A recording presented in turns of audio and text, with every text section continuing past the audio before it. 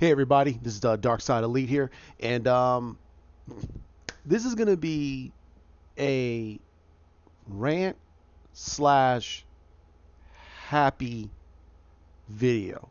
Um, my thing is, me and Hawk, David, um, we talked about this, and we kind of talked about this, not on the pod, but we talked about it personally to each other about what's going on with Spider-Man. And he likes Spider-Man. I love Spider-Man. Spider-Man is my favorite superhero of all superheroes. Better than Batman. He's my favorite, and I placed a lot of my personal attributes. I place a lot of his personal attributes into myself. He is a everyday blue collared hero, and he struggles every single day to make ends meet and still live up to his responsibilities as being a superhero. And that's what I feel that everybody should be looking at. But they didn't do that in the latest Spider-Man movies. They made him very carefree, and as Peter Parker, he's very carefree, and it's like he has barely any levels of responsibility in the world. And what I mean by that is the weight of having these powers plus his own personal responsibilities outside of being a superhero, and also his school life and his family life. It should be more surmountable to him. How should he be able to balance this out at his age? And also give us a little bit of that, what they call the Parker luck, and they never really did that. So you probably already heard, and I don't know how a lot of you guys feel about it, but I'm personally very, very, very happy with this. I think that Spider-Man in MCU was bad for his character. Now, you guys got to understand something. There's a reason why I'm saying it's bad. One is he's too detrimental inside the Avengers.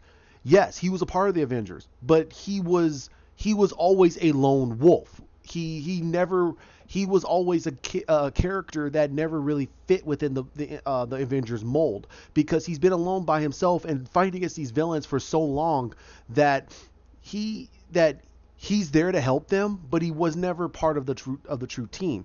If you really want him to be a part of, get him a good understanding of how his character was, you should have introduced him in the Fantastic Four. Get him into the Fantastic Four, because that was the team that basically he was more with than the Avengers. But everybody keeps thinking, no, he was with the Avengers, and that's all should have mattered. No, he was a part of the Fantastic Four first. He met the Fantastic Four first. His first idol was Reed Richards. Now, I'm not saying that he should never been connected to Tony Stark. Yes, Tony Stark is an engineering genius. Yes, Peter Parker will look up to him.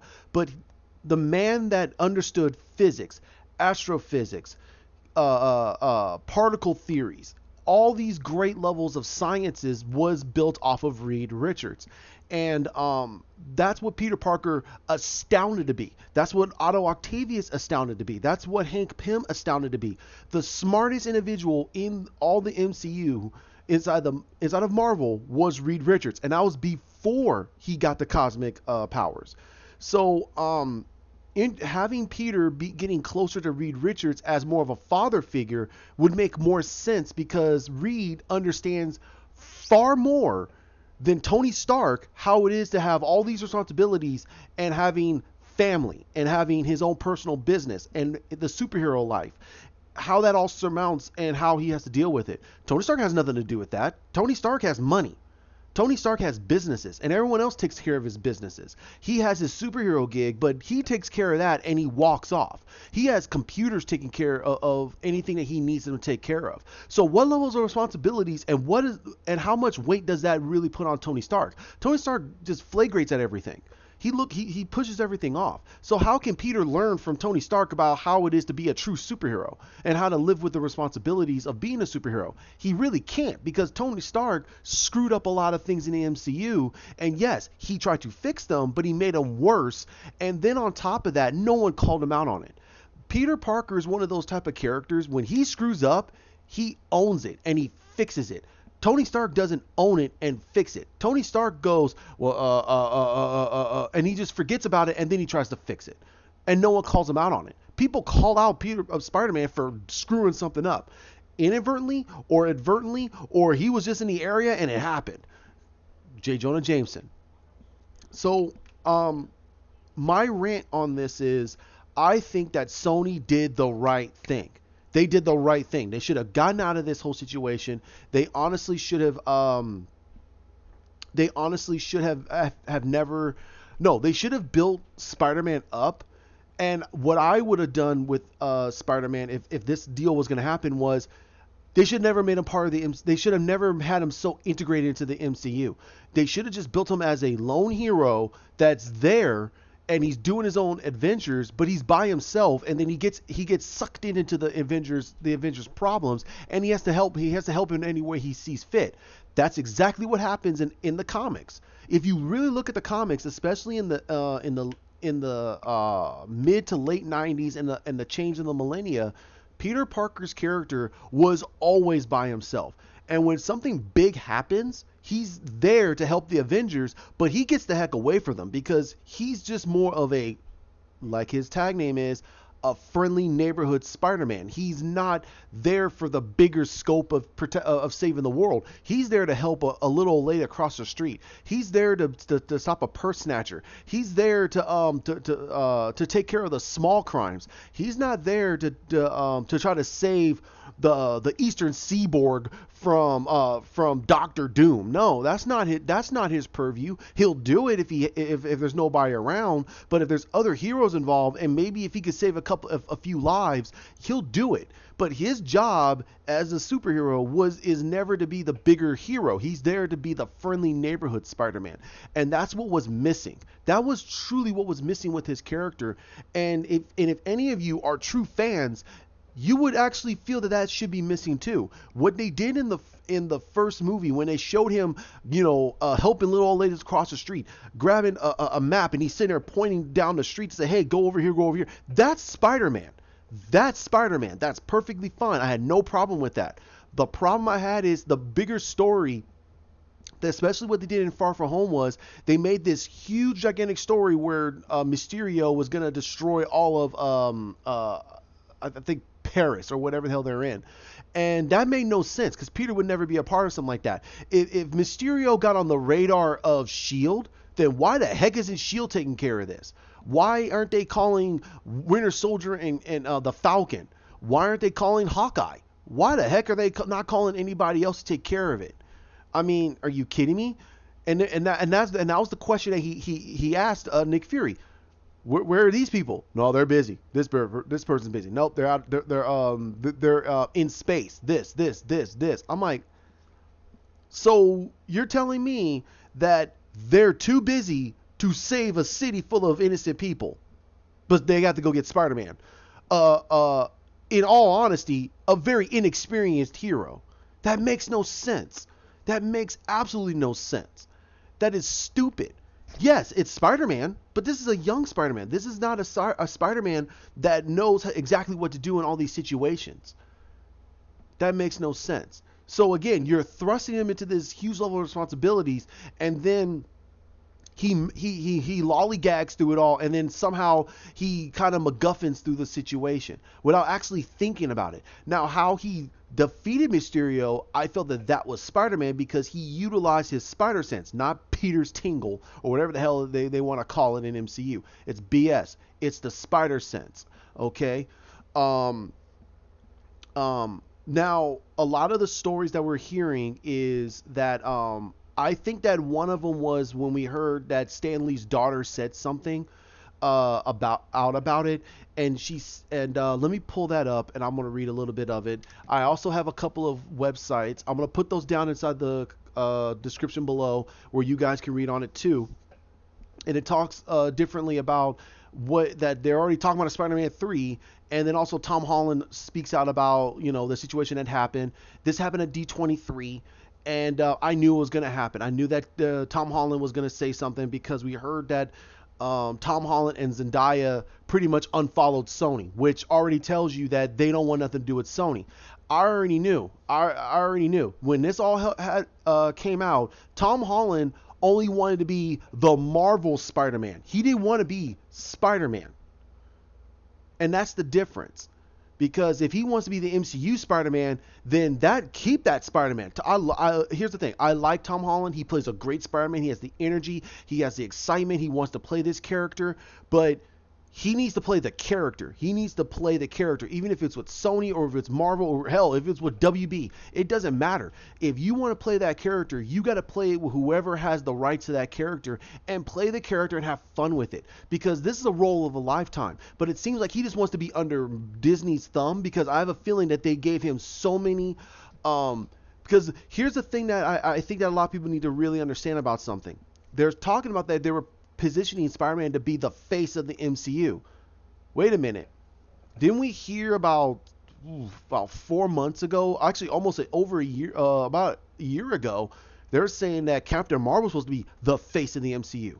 That all of this, that's the reason why they built this character. She was supposed to be the true face of the MCU. She is Captain Marvel. Now they're talking about Spider-Man's going to be the face of the face of Marvel itself.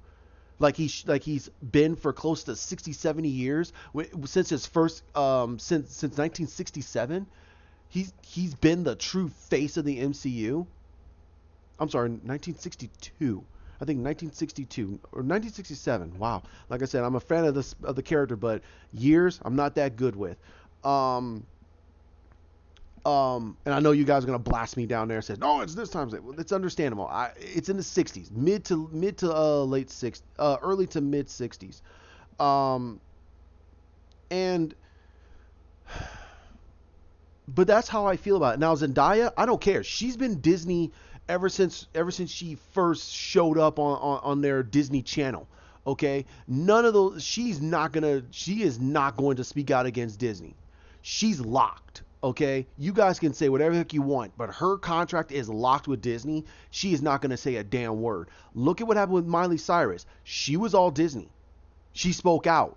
She started, the moment she got out of her contract with Disney, that's when she started winning Cuckoo for Cocoa Puffs. Look at that. Go back. Miley Cyrus was a Disney girl. She was all Disney, and she was wholesome. She had her life was, she was under Disney's microscope, but they kept her straight and narrow. Her dad was in her life a lot more. But now, the moment she got out of that contract, she hit 18. Her dad, you barely hear a word from her father, and now look at, she's now all screwed up.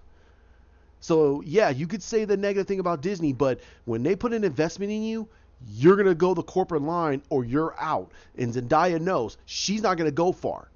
She knows she's not going to go far. You guys can say, "Oh, she's a budded up and coming actress," but the moment Disney lets go of that contract and say, "Hey, you go on your own merry way," she lost everything. She doesn't know where to go. She can get some roles here and there, but without that Disney backup and the people that are protecting her image, she's done. She has to get like maybe 3-4 more years of movies under her belt, and then she can get out of her contract and she can do what the heck she wants with it. But right now she has to toe that corporate line. Same goes for Tom Holland. No one's heard of Tom Holland before this. You guys can say, "Oh, it doesn't matter." In the mainstream of United States, no one's heard of Tom Holland. He's British. No one's heard of him. Who the heck cares? So Spider-Man made his career. That's the reason why he's happy to play that character. And I'm happy he wants to play that character. I am personally very happy he wants to play that character. I love the fact that he wants to play this character. It shows excitement in him. That's why I like him as Spider-Man. But they wrote his Peter Parker as a piece of crap. That's not Peter Parker. If you say that is, I want to give me a book that shows Peter Parker that carefree. When his life is, everyone should know what his back life is. I would like to see it. So we're gonna pull up the whole thing with Joan Celia Lee. Okay, we're gonna pull that up, and no.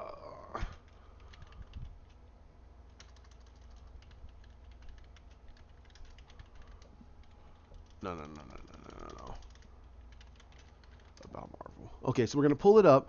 Now we're gonna pull this up. Now it's at CNET.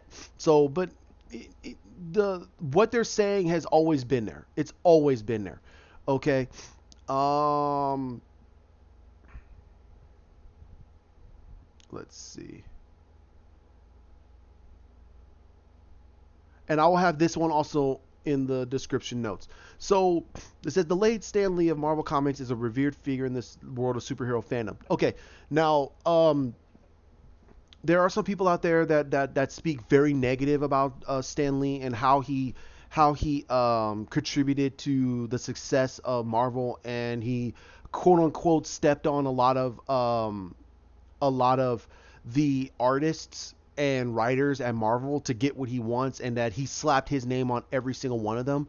Um, Listen, everyone's got to realize something. If you're gonna, this is beating a dead horse. You got to realize that how today's business is completely different than it was back when Stan Lee, back in the early days of Marvel. Okay, um, a lot of the writers and artists, they weren't really hired by Marvel. They were actually contracted. So any one of them could have picked up and left and went to any other company. But there was no other company. It was only DC and Marvel. And DC was still doing the same age old superheroes through Batman and Superman and Wonder Woman, and I think Green Lantern was getting more prominence. They were going the more sci-fi route, and the introduction of Barry Allen and such like that. Now, how Stan Lee wanted to make Marvel compete is he had to do certain things.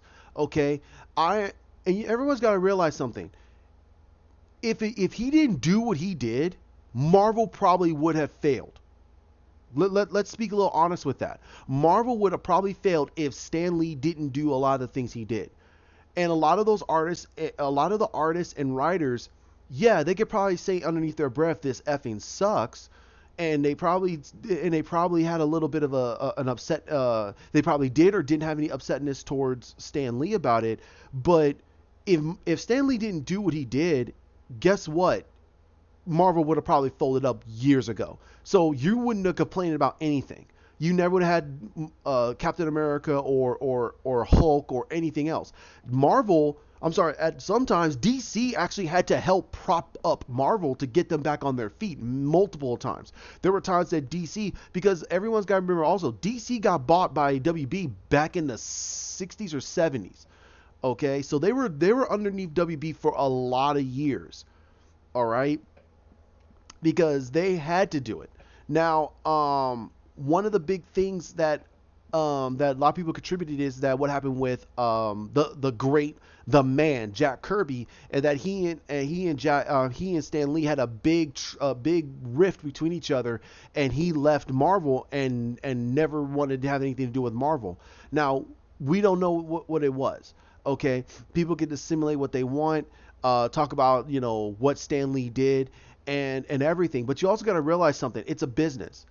It is a business, and we don't know what was going on behind closed doors with Stan Lee and a lot of the stockholders. We don't know, and the only thing we can attribute it is that if Stan Lee didn't do a lot of things he did, Marvel would have probably folded up, and he was not going to allow that to happen because he wanted those comic books out for everyone to enjoy.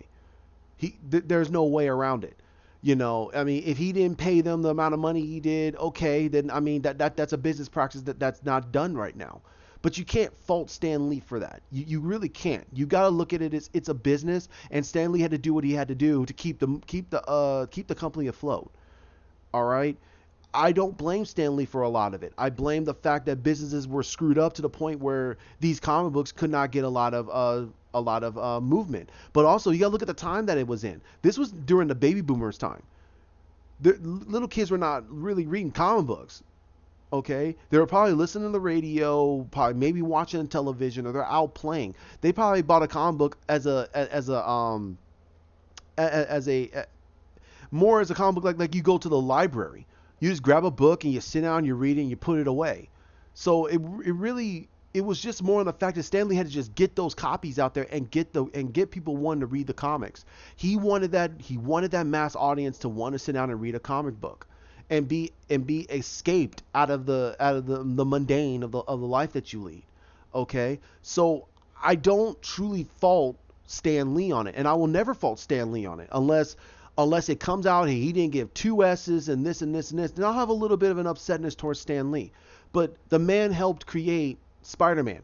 He did, and Spider-Man is one of my favorite heroes of all time. Stan put a lot of himself into that character, and it sucks. It sucks to me that I never got to meet the gentleman. Hawk did. He met the man himself, and I would have loved to meet him, but it wasn't in the cards, and it sucks. So again, I don't blame Stan Lee, and I don't want people coming to me and saying to me that you should be angry about Stan Lee. Well, I'm angry that I'm angry that you're bringing this up to me. That's what I'm angry about. Go away. Be angry over there. I want to be happy that this man was able to at least create these characters and give us these characters. Because if he didn't do it, we never would have gotten it. So you wouldn't have nothing to complain about. Because Stan Lee did what he had to do. And that's business. It seems like people don't understand what business is all about. They want to complain. Okay? So that's my rant about Stan Lee and the whole situation with Stan Lee and the unnecessariness that it is to stamp all over the legacy that he created. Okay? And the legacy is the names of those writers and the names of those artists are still on those comics. They're still on the comics. It still says created by Steve Ditko. It says created by Jack Kirby. Okay, so I don't know why you're complaining. Okay, you weren't alive back in the 1950s to see that it just says Stan Lee created, drew, writ Spider-Man. It never happened. I had older comics before I freaking lost them, but I had some older comics with Stan Lee on it, and it said created by Stan Lee and Steve Ditko. So, you guys can just go fly a kite somewhere. All right. So when his daughter Joan Celia, or JC, Lee speaks, people listen. On Thursday, this is TMZ got the interview where Lee's daughter spoke out about Sony and Marvel news. Now, the company at the time was having a lot of rift issues because it couldn't come to a consensus about what they want. I will talk about what Joan says, and I will talk about some of the stuff that I heard through a lot of other sources. Okay, so but sources, I mean other websites and YouTubers that I heard that they have sources. So it's kind of like a telephone system, but at least it's a little more credible if you want to go to their websites and look around and see who was talking about it, so you get a little bit more information if I wasn't able to answer it. The company seemingly couldn't reach an agreement to continue cooperating over the use of Spider-Man in the Marvel Cinematic Universe. Many have suspected Lee's daughter to come down to the side of Disney, owner of Marvel Studios, due to her father's legendary career with Marvel Comics. Surprisingly for many, she didn't do that. And that's mainly because JC, she was close to her father. She was very, very close to her father. And this is also the daughter that they heard that was told that she was beating Stan Lee. And he came out and said, no, we have a really great relationship. And also they said that his business partner, the person that's taking care of his finance, his lawyer, one of his lawyers was stealing from him. And he says, no, he's not stealing from me. And he gave a complete interview about that.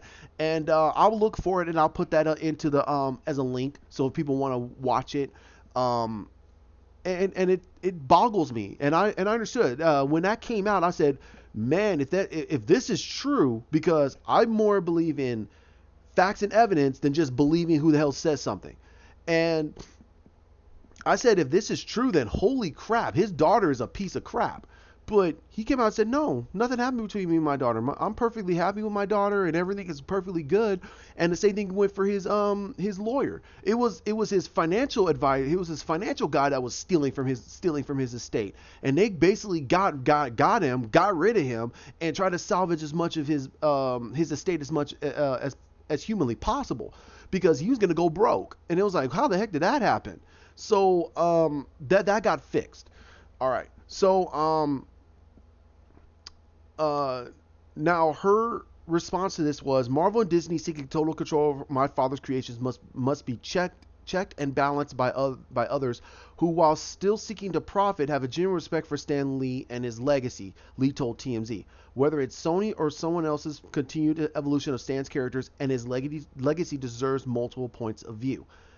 Now, this whole thing right here, her quote right here surmines everything that I've been saying a lot of years about what Disney has done with these characters, especially Spider-Man. Now, let's go back to Sam Raimi's version.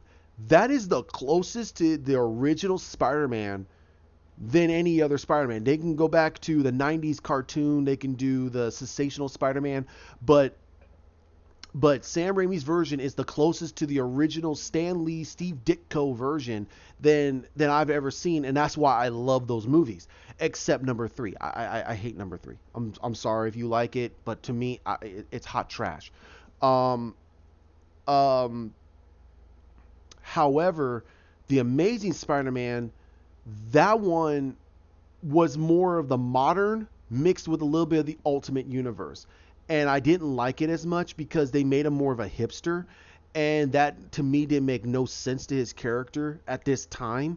Especially since he's supposed to be, he's supposed to be 16, 17 years old. And, yeah, they did certain things right, but they also did a lot of things wrong. But it was still in the course of what was going on. And Sony was trying to do something a little bit new, but keep it to the core of the character. Now, anybody who knows Disney knows that Disney doesn't really care. They want to keep to what they feel is the right thing to do with the character. And so they got, when they made this deal with Sony, they changed the whole character around. They did not introduce Uncle Ben. They gave no reference to Uncle Ben. They basically made Aunt May young. And I'm not saying she has to be like ridiculously old, but I mean, and I'm not saying that Marissa Tomei needs to wear she's old as hell. No, she's gorgeous. She's gorgeous as hell, but that's unnerving for an Aunt May. I mean, I would like for the Aunt May to be a little bit younger than some of her previous iterations, but she needs to be old. She needs to be old. And having her in her 50s and having her to be she's literally in her 50s with she's that hot mom. It's kind of unnerving. And it's like, what the heck? Then they basically took out the whole responsibility situation and they thrust it in with semi levels of responsibility, but it's going to be okay because it's going to work out in the end. And it's like, no. That's it could be misconstrued and it could be told way differently than that. And that's not the core of the character. They kind of lost the core of the character. And having him look to Tony Stark as this revered hero, it kind of threw out the whole thing about his Uncle Ben. His Uncle Ben is his greatest hero. And it's like, what happened to Uncle Ben? And a lot of people kept asking about that. And I asked about it. It's like, what happened to Uncle Ben? And you have regular people, probably like you guys or anybody else, the first thing out of their mouth is, who the heck cares? We've already seen it. Can we try something new? But that's the character. That's who he is. That it's like saying your father passed away, and they try to tell your own story. Your mother or father passed away, or someone that helped you so much as a little kid, and you're just gonna take that out of the story. But that's the definition of what happened to you as a little kid that defined you to becoming a person. So you're gonna take that out. That makes no sense. So that's how I contributed it to. So I understand what they were trying to do, and I like how she said that whether it's Sony or someone else's continued evolution of Stan's characters and his legacy deserves a multiple points of view. So what she's trying to also say is that she doesn't want Sony she doesn't want the character to be under Marvel, even though Sony's supposed to be telling the story. Marvel's saying no, we're having it done our way, and that's where I feel that a lot of people don't understand. It's Sony's not writing the story. Marvel's writing the story. So everything that's coming out of this character's mouth is Marvel writers. It's Marvel stories. And it's not the true Marvel character, because they're doing whatever they want with the characters, and they're just slapping the Marvel label on it. Listen, it goes back to, if you liked Thor Ragnarok, I'm appeased. I'm happy that you like the movie. I'm happy that you like the character. But that's not Ragnarok. Ragnarok means death, destruction, and rebirth. You didn't get that. You didn't get the somber, the destruction of Asgard. You didn't get the turmoil of Thor as he's watching the destruction of his home, the destruction of his people, and getting the great drama out of Chris Hemsworth as he puts one final attack to take down the Midgard serpent. And you can have Immigrant Song as he's flying. I'm already getting goosebumps thinking about it. He's flying up there, and you just see this gigantic thunderbolt, and you hear him saying, for Asgard. And you're like, wow. And you see the massive destruction of Asgard, and you see this gigantic, almost like a supernova coming out of their dimension, and it shows it, and you can see that the other Avengers are standing there and they're doing their own thing. And all of a sudden, you just see them just like they stop in the middle of. They stop, all of them. It goes from Cap, Black Widow, Hawkeye, Tony, and even Banner. Because Banner's gone too. Banner could be on there too. He dies too. And they're also just sitting there just like, and they look up to this, and they look up and they see one star suddenly gets bright and it goes out. And you're like, wow. And then you see and they're all, and you see some people around Cap, and they go, hey Cap, what's wrong? And you see him just, he looks down and he nods because he understands what that means. He knows in his heart, Thor's gone. Thor's dead. You understand how much a ramification that would be to his character that he feels in his heart, and so does all the others. They feel it. They feel that Thor's gone. And then throughout all of Infinity War, you don't have Chris Hemsworth. He's not there. And then out of nowhere, a massive rainbow, a thunder, a lightning strikes down, and you see coming out of the thunder, you literally see freaking Thor coming out of it with Hulk, and you're like, what? That would have erupted with so much applause and so much grandeur that you're like, dude, things are going bad. Here comes thunder and lightning and the rage. And that would have blew the whole movie apart if they did that. And I came up with that within like 5 minutes. Thor Ragnarok should have been more about the fact that this is the death, destruction, rebirth of Asgard.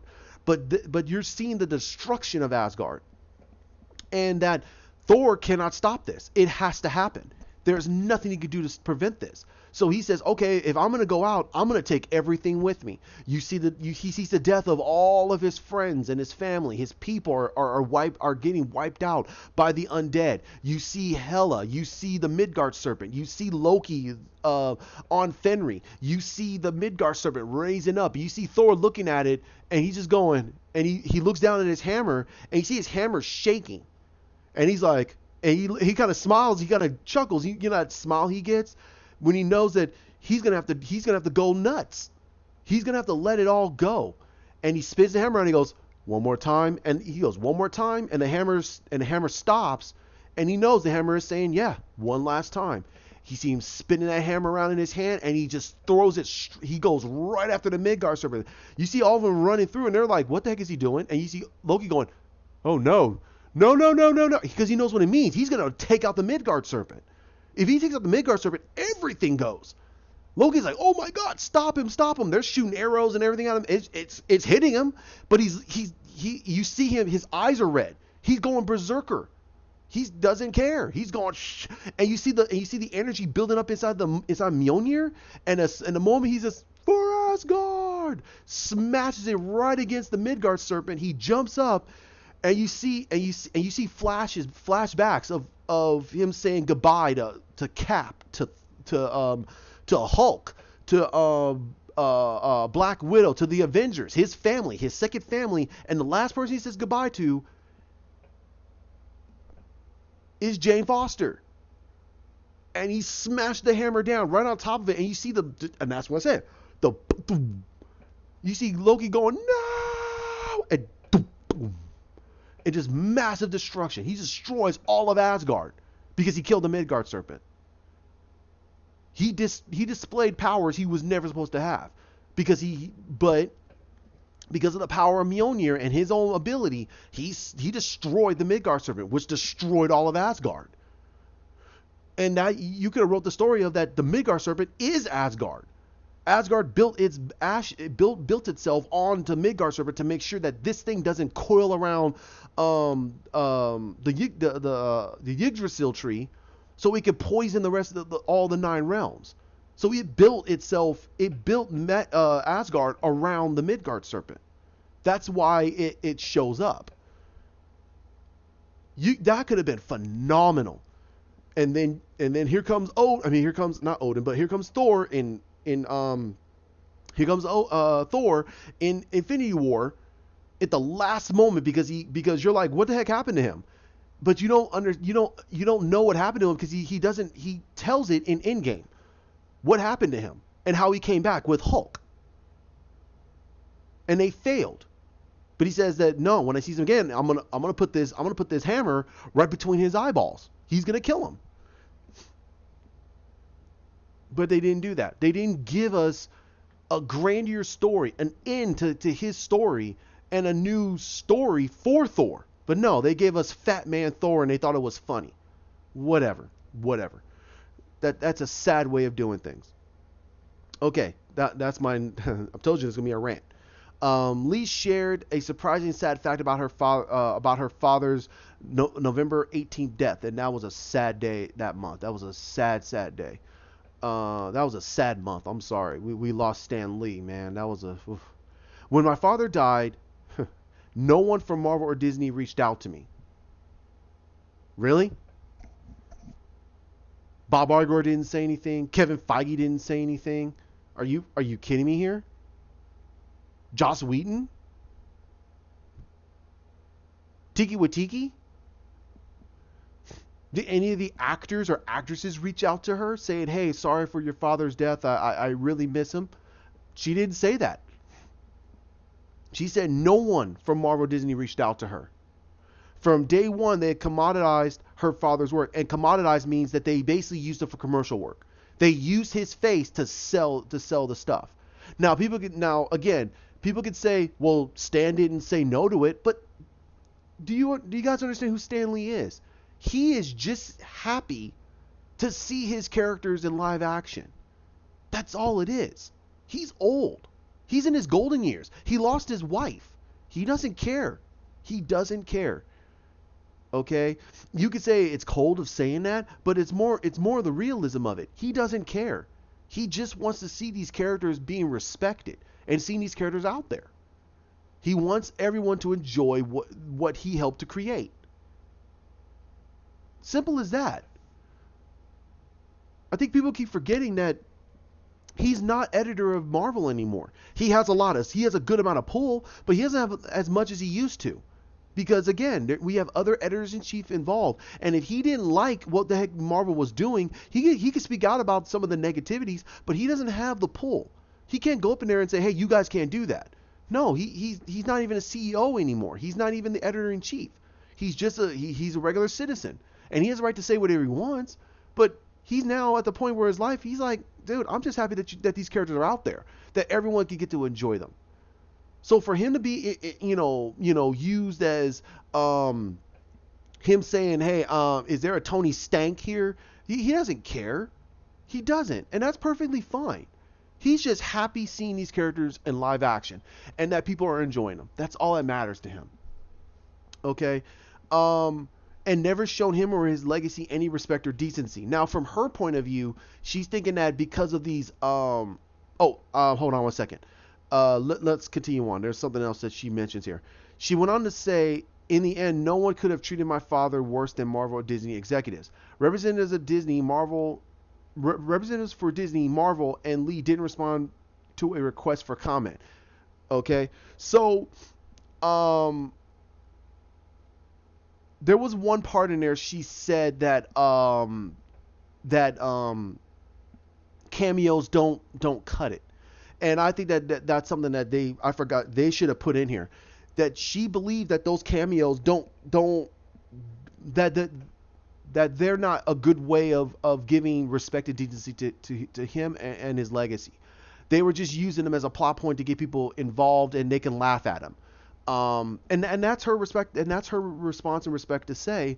I think that he was just having fun with it. And again, he is an older man, and he has done so much for the comic book industry, not just for Marvel, but for DC, Top Cow, Image, all of them, and as much as Todd McFarlane and Rob Liefeld can say whatever the hell they want about, when they worked for Marvel, they can say what the hell they want about it, but they still will say that if it still wasn't for Stan Lee, we wouldn't have it.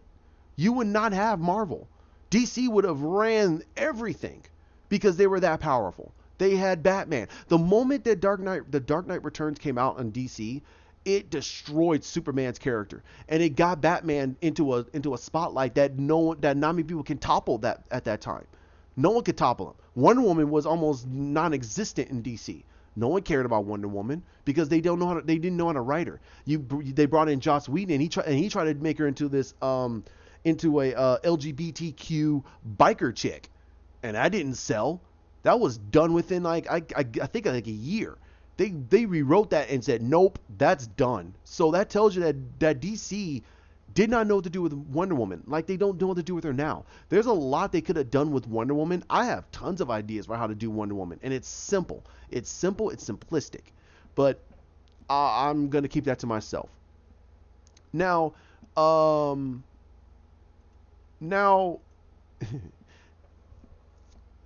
at D23 they showed they talked about a lot of stuff they were doing for Disney Plus, and they revealed that Spider-Man is not in the MCU anymore, and that Sony is going to move on from everything, and they're going to try to do something different.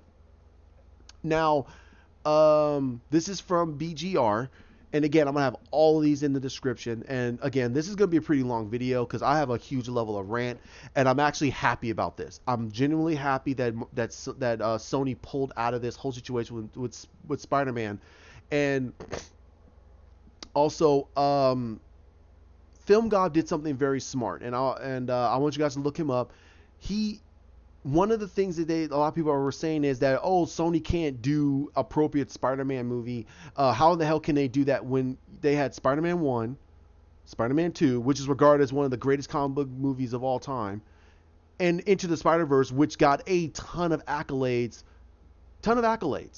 So yes, they can do a Spider-Man movie, but it's going to be up to you and me and the fans to just say, hey, you know what? They're doing something different. It's perfectly fine.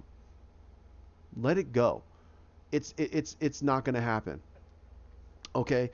So, it says, here, Tom Holland has spoken out about the news of Spider-Man leaving the MCU. Now, it was down in Anaheim.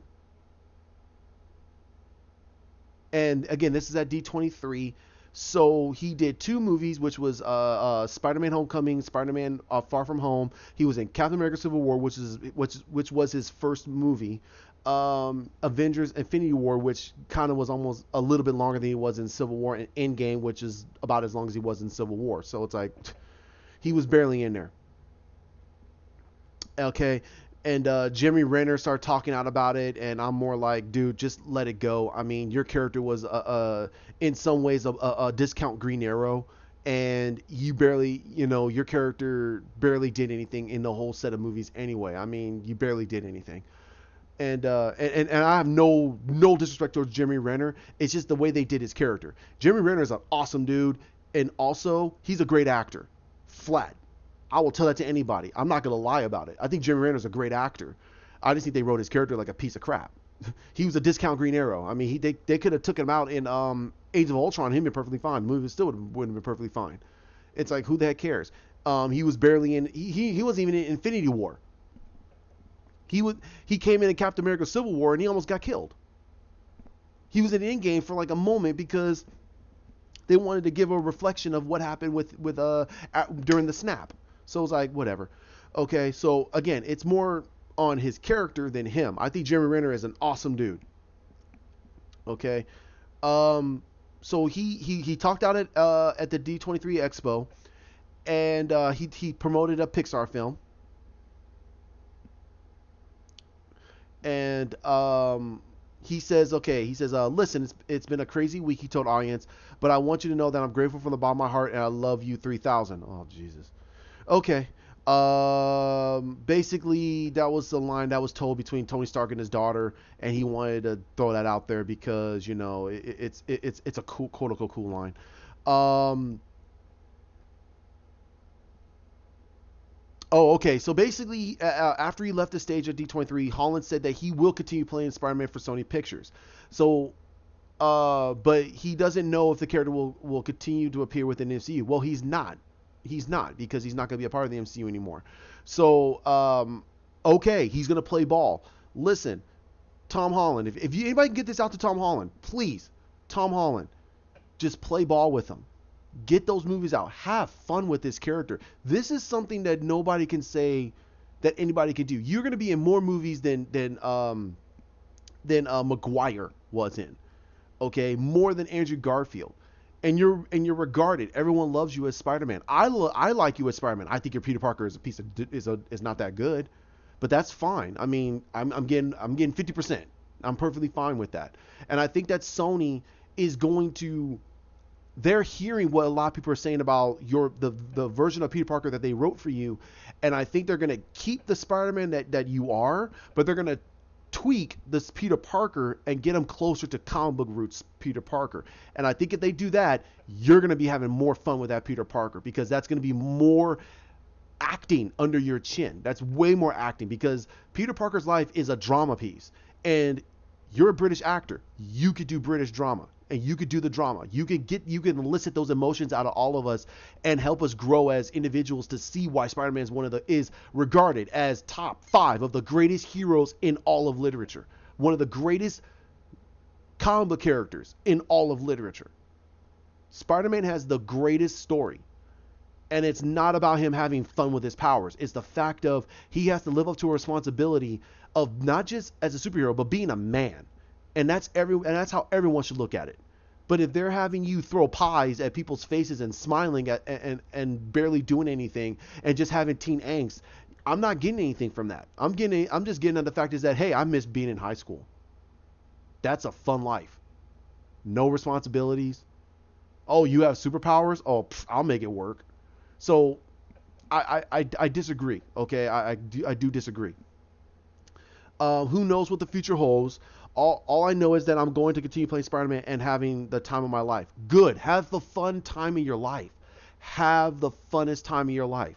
Just play this character. Have fun with it because when you get to becoming in your 40s and 50s and people are talking about what was the greatest time you had as an actor, you could say playing Spider-Man.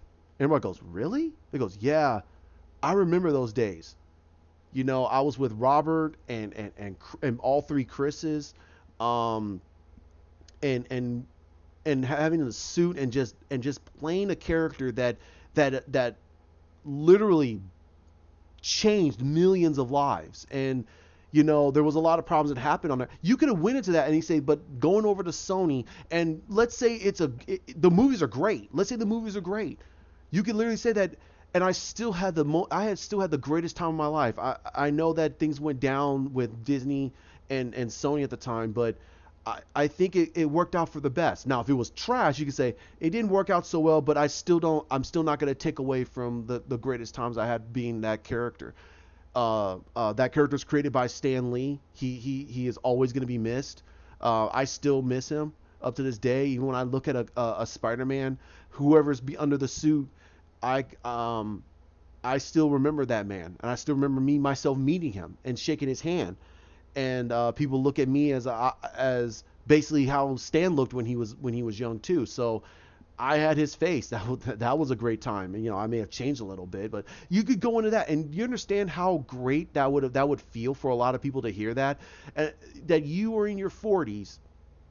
20 years later, 25 years later, they're talking about what's the greatest experiences you had. You can go to all these other movies and all these other things, if you have a wife and kids, but if you bring up the fact that you were Spider-Man, that you played Spider-Man in the greatest decades and you loved it, that's going to ring true to a lot of people. That's going to ring true to kids who are now listening to this, and it's going to make them remember those movies too. Okay? The future of Spider-Man will be different, but it will be equally as awesome and amazing, and we'll find new ways to make him cooler. That's the best way of saying it. And that's the reason why I will keep watching his Spider-Man movies. I don't like how Marvel was writing him. I will hope that Sony will tweak it a little bit to get it closer to more of a comic books route. I think that honestly they're going to build that Sinister Six. They're going to do that Sinister Six movie and build that Spider-Man universe, bring in Venom, bring in Carnage, bring in all this other stuff and build that universe. I think that having a great platform that they have with Tom Holland as Spider-Man, but tweaking his Peter Parker, getting them closer to those roots, I think that Sony will do a much better job with it than Marvel would, because they're just going to keep him handing him all the golden keys of the castle and having little to little to little responsibility. And then eventually they're going to write him out. That's what they're going to do. They're going to write him out. Sony is going to keep using Peter Parker. And I have a feeling that if they're smart, keep using Tom Holland.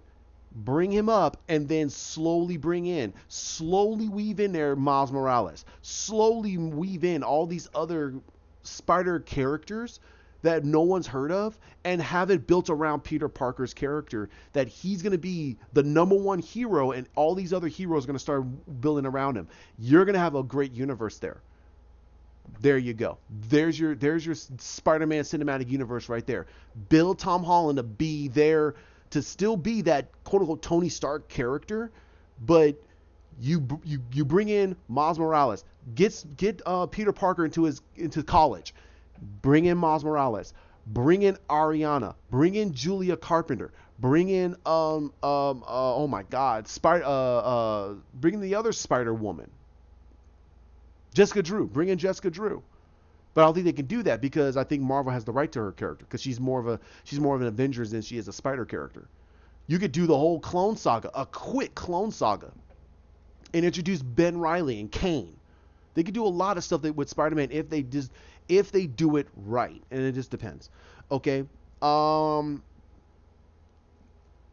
speaking with EW, Marvel Studios Kevin Feige hit the positive note too, but he did not hold out much hope that Spidey would continue to exist in the MCU. Okay. This is where I feel that Kevin Feige is lying. He is lying his butt off. You need to read between the lines when it comes to him. He will lie just to save face. He should have just came out and said the truth. But I guarantee he doesn't. He can't, because Bob Iger says, "Dude, no, don't do that." But he should do a truth, no truth. And this right here is a bold-faced lie.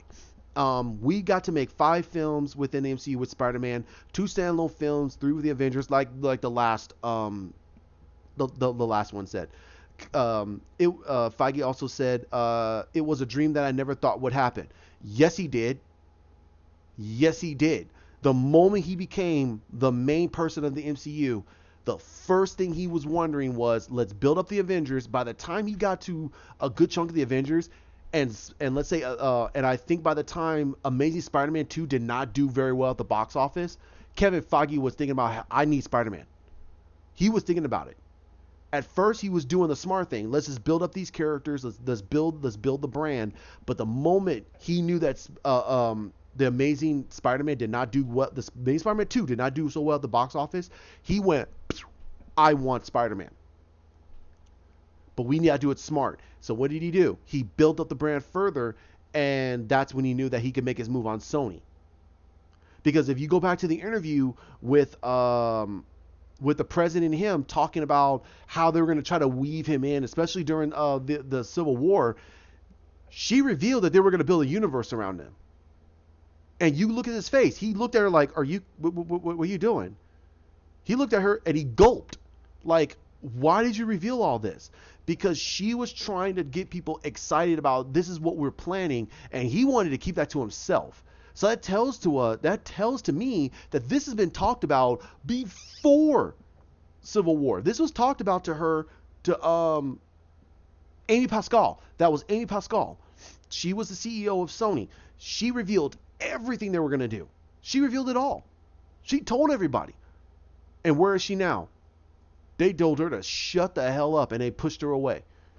Because she was going to spill the beans on everything. And she spilled a good chunk of the beans. Like, this is what we're going to do. This is exactly what we're going to do. And if you don't know who Amy Pascal is the woman that AOK'd a lot of the stuff they were doing with Ghostbusters 2016. Let's not get into that. But if you like the movie or not, I don't care. I just don't want to get into it. So that tells to me that ever since Amazing Spider-Man 2, when that movie didn't do so well, it didn't flop, it just didn't do so well, that's when Kevin Feige made his move. And he wanted Spider-Man. Because these talks must have been for months. And I mean the word months. For him to plan everything out. And for her to have this massive integral plan of what they were going to do. It must have been months. It wasn't like he just came up with it on the fly. Heck no. He's not that forward thinking. He was thinking of, it must have been months of planning. And told her what they were going to do. What this gigantic view of how we're going to do Spider-Man was going to be. And look at what happened. She revealed it all. So he lied right there. It was a dream that I never thought would happen. Yes, he did. He planned it. He wanted it. He wanted Spider-Man in the MCU. It was never meant to last forever. BS. If you knew that you were not going to make any more movies, you never would have had a cliffhanger. You just ended the movie and just moved on to the next storyline. But you had a plan to build up this whole universe, bring in J. Jonah Jameson. You're going to do all this stuff about maybe the Sinister Six. You're probably going to introduce a lot more things going on because you also ended Homecoming with a cliffhanger, with a weird cliffhanger, because you had Matt Gargan talking to Adrian Toomes in Rikers, talking about, hey, we have a gang getting formed and we're gonna need somebody like you. He said, get the heck away from me. He goes, the only reason why we're talking to you is the fact is that you know who's under the suit. He looked at everybody and said, I'm not saying nothing. I'm not telling you who he is. And he goes, I'm not saying nothing. And if I did, I still wouldn't say nothing. Get out of my face. That tells you something, that they were planning a huge thing with Spider-Man right there. So that line of him saying it was never meant to last forever. BS. You knew. You wanted this huge thing. He also stated, we knew there was a finite amount of time and we'd be able to do this. Bull. Like I just revealed earlier ahead. You planned this ever since 2016. You were planning this ever since 2016 because, let me see. Yeah, because Civil War came out in 2016. And I think Amazing Spider-Man came out in 2014. So you've been talking to Amy Pascal for close to maybe over a year. Close to a year, maybe a little over, about everything. You were talking to Bob Iger, who said, okay, make it happen. And you were in talks with her. And you got her to sit down at a negotiating table, and you described what you wanted to do, and she probably said, no, I don't want to do all that. He goes, okay, well, just think it over. You left. He made up a much stronger plan, came back, and said, hey, this is how we want to do it then. Simple as that. So, BS, okay? I'm sorry, BS. And we told the story you wanted to tell. BS, you never finished it. And I always would be thankful for that. You never finished the story you wanted to tell, so I don't know what the heck you're talking about. Okay?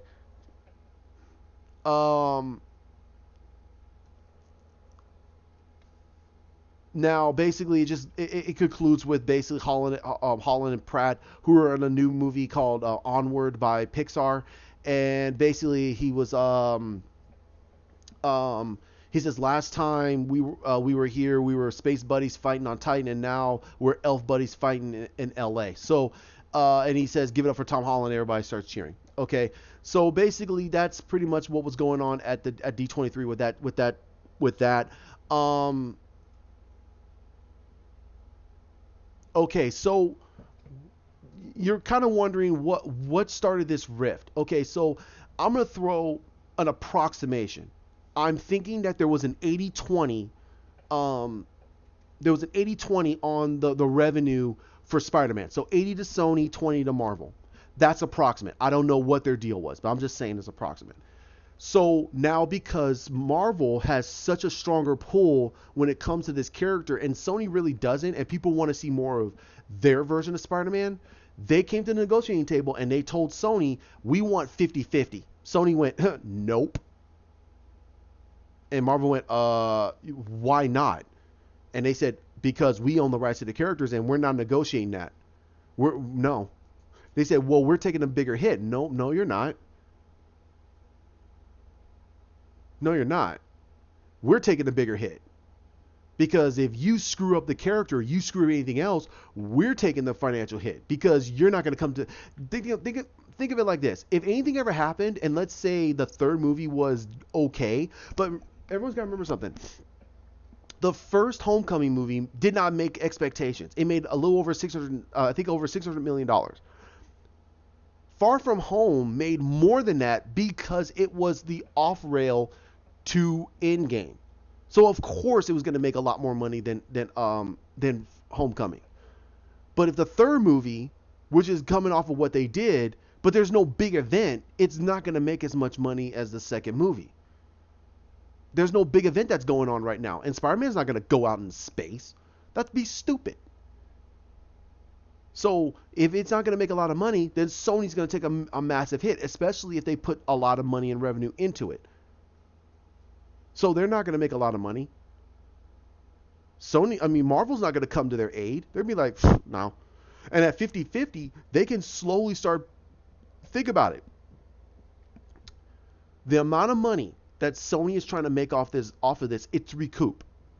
If they go 50-50 with Spider-Man, that means that slowly but surely Marvel would buy out Sony from Spider-Man. They will buy Spider-Man out from Sony because they'll have a much stronger pull. And if they decide that, hey, nope, and then slowly they're going to ask for more and more and more.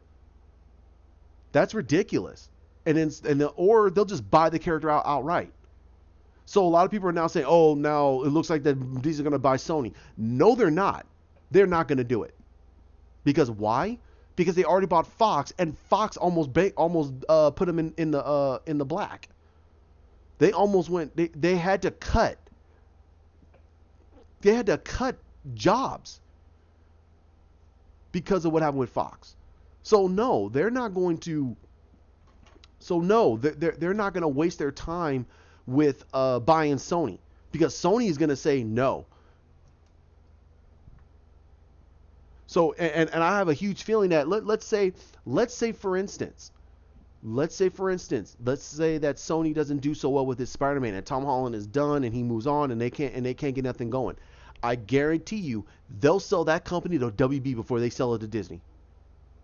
Sony will sell itself to WB. So now Warner Brothers will have Spider-Man and they will make bank off of it. They'll say, nope, we know what to do with them.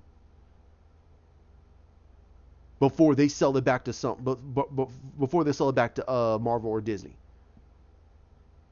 They'll say, nope, whatever offer you got, no. How much you want us for? They'll be like, this much. Okay, here you go.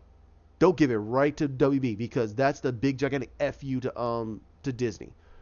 They don't want to give that character to Disney because they know how much they know they're going to corner the market. They're going to corner everything. But the way Phase 4 looks, it looks terrible. It looks terrible.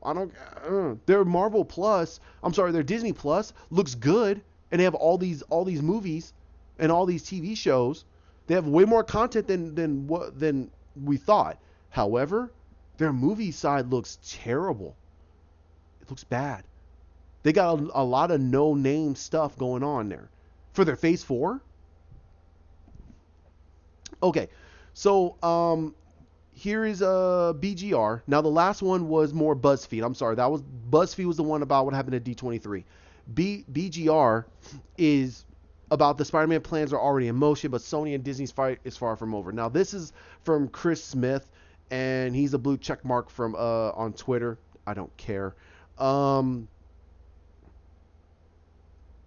Okay, now he's talking about his plans for Spider-Man 3 are already underway, though, and we've already explained why this next Spider-Man sequel should hit theaters before Avengers 5. No, no. What I think is Sony needs to do is they need to take their time. They need to figure out the right way to build the universe. And I would honestly sit down with Tom Holland, and I would actually work with him on what they want to do. If you don't bring in that actor, then you're not going to get a good universe. That's my take on it, and you guys can say whatever you want about it. Now, it says the Spider-Man saga. It says regardless of whether there will be a new deal between the two giant companies, which is not going to happen, the fight isn't over. Apparently, with more and more reports seemingly indicating that Sony is more to blame than Disney for the whole thing. I don't care. I don't care. Sony's doing the right thing. They need to basically get Spider-Man, make these movies, because I believe exactly what a good amount of people are saying. I think that if they were asking for that 50-50, they were going to slowly buy Spider-Man out from under Sony. That's pretty much what they were going to do. And then they're going to just toss Sony away, and then they're going to start they're going to start doing Spider-Man their way. And then Sony been like, wow, we allowed this to happen. They knew what they were going to do. Okay. Spider-Man saga turned out to be an enormous elephant in the room over the weekend, just as Disney's huge D23 Expo event got underway. So we heard more official comments on the matter from the key players involved with these films. Okay, whatever. It says talk about that. Let me see. Spider-Man 3 production may have already started. The same report says Far From Home writers Chris McKenna and Eric Summers already working on the next installment, but Sony can't count on Watts for the time being to direct. And if Watts doesn't come back, okay, get another director. Okay, if you want my honest opinion, if you want my true honest opinion, go get Mark Webb or go get freaking Sam Raimi. Just ask Sam Raimi, listen, I know how you feel, but can you help us with this? And I guarantee you, he'd be like, I have a feeling, not guarantee, I have a feeling that he would actually look at this and go, you know what? I want to do the Spider-Man 3 I wanted to do. And they go, okay, here you go. Do the Spider-Man 3 you wanted to do. And oh God. And he would probably, I have a feeling that Tom Holland would have a lot of fun with Sam Raimi, because Sam Raimi is a huge Spider-Man fan. Huge Spider-Man fan. Go back and watch the first Spider-Man and the behind the scenes. He flat out stated that he grew up reading Spider-Man comics. So yes, he's a huge Spider-Man fan. And I guarantee you that he will give us a better story than Watts. Better, stronger, closer to the comics. He would take some liberties, but he would keep it close to the comics. And in respect to Stan Lee. So F you guys. Okay, because you could say, well, in the first Spider-Man movie, they gave him biowebbing. That was due to the fact that Sam Raimi talked to freaking Stan Lee about it. Because originally Stan Lee wanted to give him bioweapons as his web slingers, but he felt that was too grotesque and it was hard to freaking explain back in the 1960s. So he said, fine, okay, we're not going to do that. We're going to have him create technology. And he said, hey, that actually stuck, and he kept it that way. But he always wanted to do biowebbing as his weapon, because he mutated into a spider person. So he's going to do his own biowebbing. But because of technology today and the way we can explain genetics, it would make sense. And people would be smart enough to understand that. So Sam Raimi went with it. I thought it was cool. I thought it was cool. I'm just more in tune with the bio. I mean, I'm sorry, with the web slingers, because I think it's cool technology. It's actually ridiculously cool technology. Whatever. Okay. Marvel and Feige want the director to continue working with them, although it's unclear what his MCU projects might be. Watts is a huge Kevin Feige guy. He's not going to work with Sony. If he works with them, then wow. I hope that they put someone in there that's going to watch him, because if he starts to, I don't know, I'm not going to say that he's going to try to sabotage the movie, but if he's not going to give 120% and make this movie phenomenal, then kick this dipstick out. I want someone in there that's going to actually make this character great. That's what I want. Okay.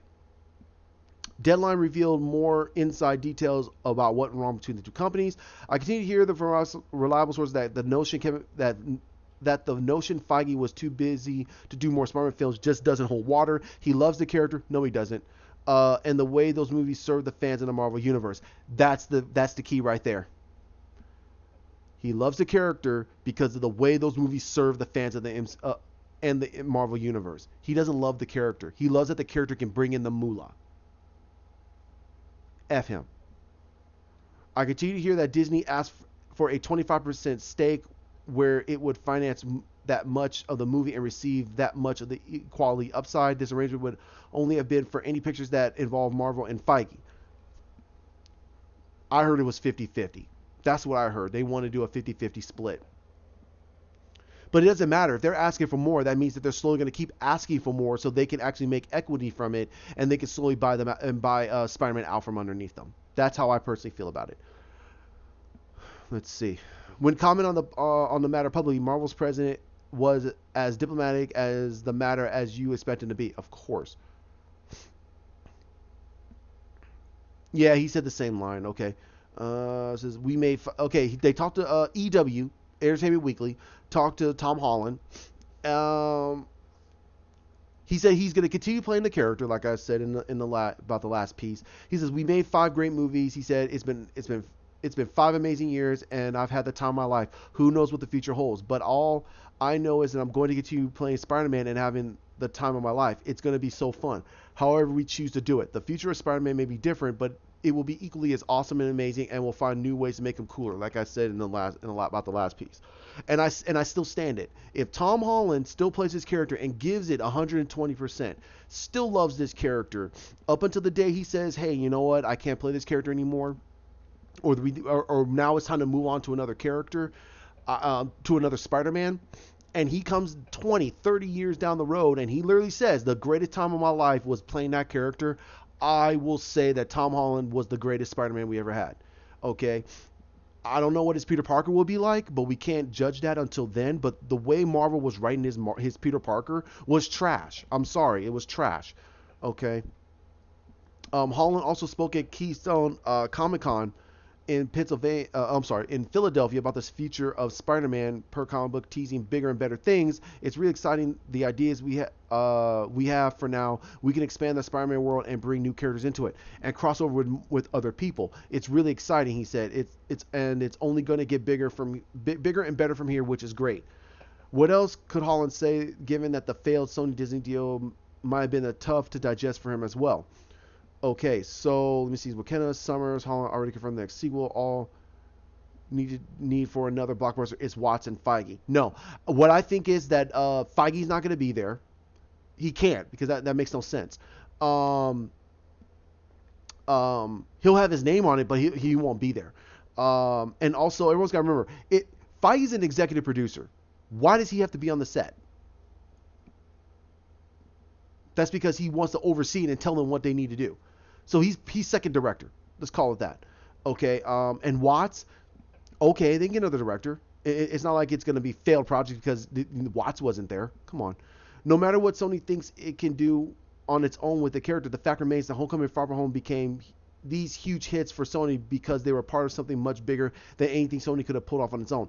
BS. Because they have the Spider-Verse, and that's animated, and they could do whatever the heck they want with it, and that can actually attribute to way bigger of a universe.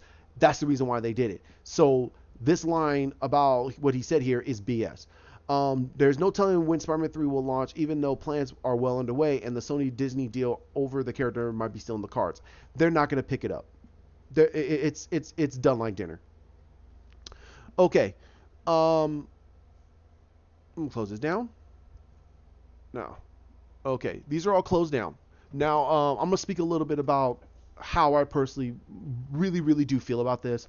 Like I said, Spider-Man is my favorite hero of all time.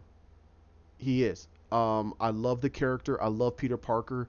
I could see a lot of regular people feeling how Peter feels, that he's overlooked. He's getting he's getting yelled at by his bosses, or he's not getting the girl that he wants.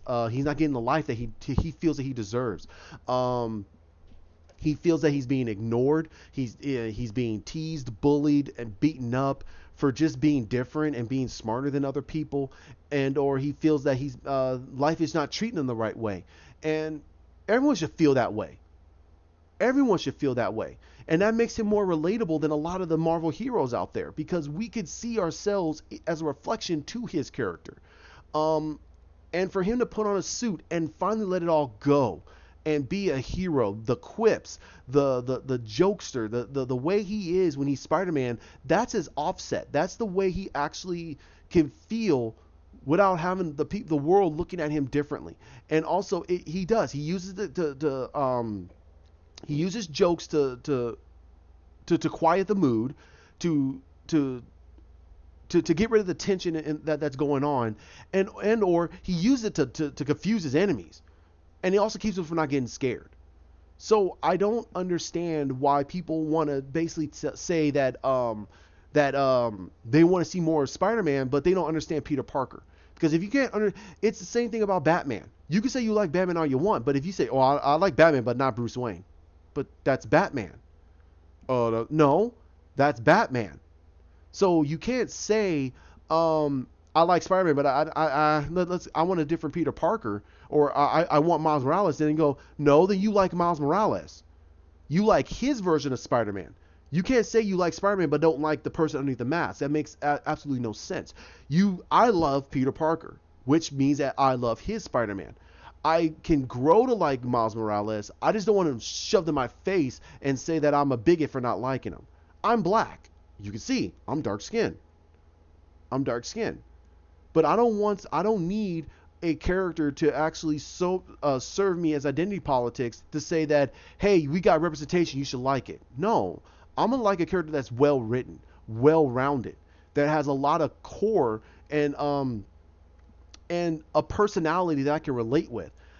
I relate more with Peter Parker. I understand his life a lot better. Yes, he's been around since the 1960s, but Miles Morales he's been around for over 10 years now, and they keep jumbling him up and convoluting his story to the point where who is he? And that's where I go. Did you guys have a problem? That's where the major problem comes from. And I think that a lot of people, not you as just people in general. I think people in general need to just relax and stop with the identity politics when it comes to things. Spider-Man can be anybody under the suit, but you have to like the person underneath the suit. You have to relate with that person. You can't just think that, oh yeah, the way he's acting is perfectly fine because of his age. No, there's a lot more to that. Just because a kid's 16 doesn't mean that his life is this way. There's other kids when they're 16, they live completely different lives. And Peter Parker's life is not that happy. But when he puts on the suit, he's a different person. He is a different person. That's his Hyde to his Jekyll. And that's why I love that character. And I think that's why a lot of people do love his character. And that's why Stan Lee loves that character. He loves that character to death. And that's his baby. That's his baby. Yes, Steve Ditko helped him create it, but it was actually Stan Lee that wanted more of the designs for him. He wanted the story right. So it's fine. But I think that Tom Holland can play that character very, very well. I think that Tom Holland can actually give us the Peter Parker and the Spider-Man that we all can look up to. I don't want him to be. I want Spider-Man's character to look at the failures in his life and grow from them. We haven't seen him really grow from his failures under Marvel's writing. Now, you could say that you could say negative about how Sam Raimi wrote him and how Mark Webb did him in those iterations. He grew from his mistakes. He grew from the fact of his posturing and his ego, that he knew the type of hero he wanted to be. And yes, life put a lot of stuff in front of him, but he was able to overcome them. We didn't see much of that in him in these new iterations. We just saw him having to get past high school stuff. Well, no, there's a lot more going on. Like, we should get a little bit more story about his Aunt May. We should get a little bit more story about him personally. Okay. And also, yes, if they're going to do the whole Michelle James or whatever the hell she wants to call herself, then you need to show a lot more of the relationship factors and get into that. And stop again. They need to stop with the identity politics. Just keep it simple. Just keep it simple. Okay, his life is a little bit complex, but his life is still in a simplistic manner that doesn't have to revolve so much around certain things. Spider-Man is all about an individual that has all these great powers, but he also has to have the responsibility to handle them right and give that gift to the world. And that's what his uncle always tries to teach him. And that's the foundation of the responsibilities of these heroes. And it's sad that people don't understand that. It's the greatest line told in comic book history. You have it that Superman said it. Superman straight up stated, with all these great powers we have to have a responsibility to use them. He never said that before. He said it decades after Uncle Ben said it. Decades. So I don't understand why it's hard for people to say, hey, there are a lot of bad things going on in a person's life, but for us to see how they strive and persevere around them, not in a very comedical way, but a more dramatic way, it actually brings a lot better character to them instead of a caricature. So I'm gonna leave it there. This has been over an hour, almost an hour and a half. I don't want this to be too long because I do gotta render it and put it in, and put in these links. So like, comment, share, subscribe down below. What do you think? Please, just let's talk about it. Let's find out what's going on. If you think I'm blowing smoke, great, that's fine. Put it down there. Let's talk about it. Let's be adults, please. Let's be adults. If you think I'm right and you want to talk about it a little bit further, we can. If you think that that Sony's out of its mind, it should just basically give Disney what it wants. Okay, why? If you think that Sony was right for pulling out, okay, why? And I'll say my reasons why. I think I said it up here before. I think that Disney was going to buy them out. Disney was going to buy out all of Spider-Man right from underneath them. They were going to do it. Simple as that. I mean, they're a business. You can't fault them for being a business, and they see that Spider-Man is going to be the biggest draw they have, that they're not going to buy him. Of course they're going to buy him. They're going to completely buy him out. So, again, say it down below. I will leave the links up there, and let's talk about it. You guys have a great day. Bye.